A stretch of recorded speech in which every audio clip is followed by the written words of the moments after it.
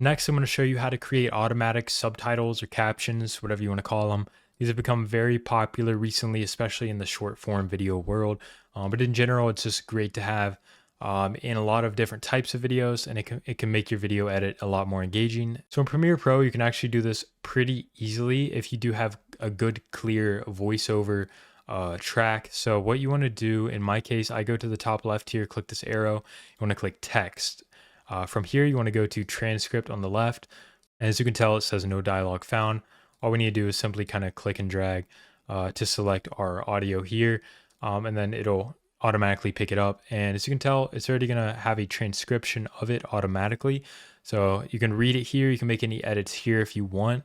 In this example, I'm not going to be taking the time to go through and edit it. It looks like it's already probably got it 100% accurate because I was speaking pretty clearly and things like that. But if you're using slang or maybe there's multiple people talking or things like that, this can get a little more complicated. But if you have a simple, clear one person talking voice track, this can be incredibly simple and actually only take a few clicks of a button to do.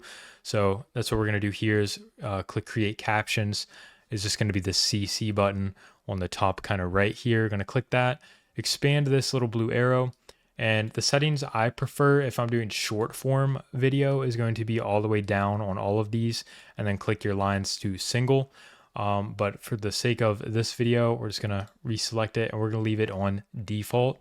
But keep in mind, you can just adjust to get the amount of characters you want and how long it's on the screen and things like that from this menu. You can also edit the style if you save a style, but I'm gonna show you how to change the font afterwards though.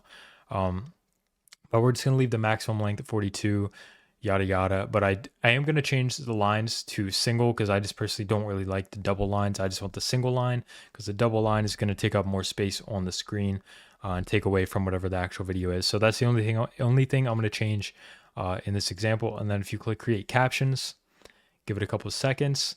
Now, if we watch the video, it should have our captions on the bottom middle in just a default font style.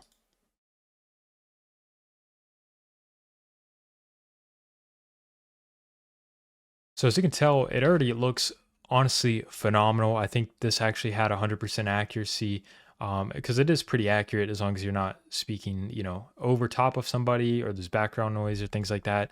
It's actually very accurate. But if you do needed to edit this, you can actually just click in here and double click these and actually edit the individual kind of sections of speech. You can also click and drag these to edit the individual words on the timeline. So for instance, if I wanted video that I'm editing together, I could come in here and I could just add the video that to that sort of text block. And then what I would do is come to the timeline, click video that and delete that, and then drag this to where that other one started.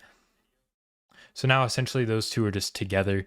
That can come in handy in a few different situations. We don't really need to do that. Didn't really need to do that right here, but just keep in mind that's one way you can edit words back together or make changes as you need.